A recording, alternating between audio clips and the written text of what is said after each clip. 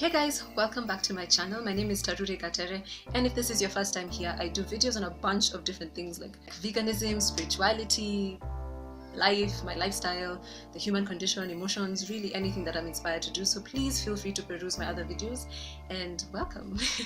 So today's video is the first in a series that I'm calling the Stuck series, and in this video I just wanted to quickly share what I mean by being stuck and what the inspiration for this video was. So I was inspired to do this video just from my own experience with being in this state at different times of my life, and also just noticing different people going through it, whether that was family or friends or clients. I noticed that this is something that a lot of people go through, and it was interesting for me that I didn't feel like it was something that was being talked about, and so I decided to do this video just to share some insights that I have and hopefully create some more awareness, or if someone is going through this and they don't feel like they're alone. So what do I mean by being stuck? By being stuck, I mean just being locked into a cycle of behavior that's unhealthy or unproductive or not beneficial or even damaging to a person and maybe even the people around them. Some of you may know that I was trained in a modality called NLP, and one of the things that I really love and appreciate about NLP is it deals with the behavior at the level of the belief. And that's the difference between like cutting the branches of a tree and uprooting it. Everybody behaves the way they do for a reason. It's not just like they're pulling things out of the air. There's something that's like a driving force behind every single behavior that we see, every single action that we see. One of the presuppositions of NLP is that every behavior has a positive intention. And I remember like the day when we talked about this in our training, and at first it was like, really? Like every behavior has a positive intention? But then when we discussed it a bit further and like even took it and just like sat with it within ourselves and looked at our own lives, I realized that it's so true, because even in my own personal life, anytime that I act out in a way that is not healthy or that's not good, maybe it's even mean, I'm not really doing it because of the person. I'm not really like intentionally doing this behavior to be unhealthy. It's usually something within my psyche that's telling me that this behavior is either protecting me or defending me, or it's actually sometimes even just unconscious, like I'm not really thinking this through, and it's like I'm almost on autopilot and I'm just doing this thing.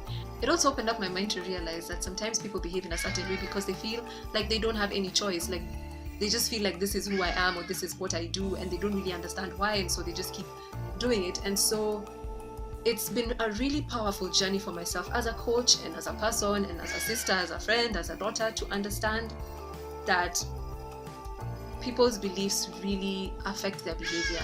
And even more powerful than that for me on a personal level has been realizing that I don't necessarily have to keep living out this cycle. Like I can change it, and I can change it without fighting with my behavior, because sometimes I feel like when we're trying to change behavior, it can feel like such a struggle. Whereas when we go to the root of the behavior and see what it comes from, whether that's a trauma that needs to be healed or released, or whether that's a belief that we adopted from like our parents or just like the society around us when we were children, like it's something that can be addressed and healed. And for me that was so powerful, because it puts the power back in the individual's hands. It put the power back in my hands to be like, I can do this. I can look at what my beliefs are and I can change them. I can give myself new beliefs, just like these beliefs were either given to me or I somehow absorbed them.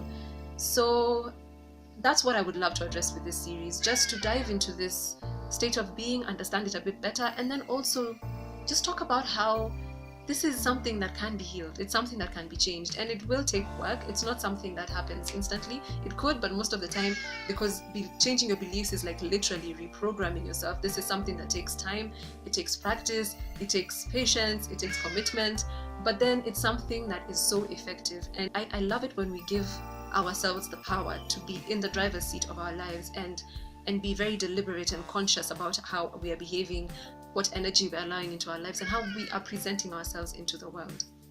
And so I really hope that you enjoy this series. I hope that it will be helpful to you, and I can't wait to share my insights with you. Thank you so much for being here, and know that before anybody else, you deserve your own love and your acceptance.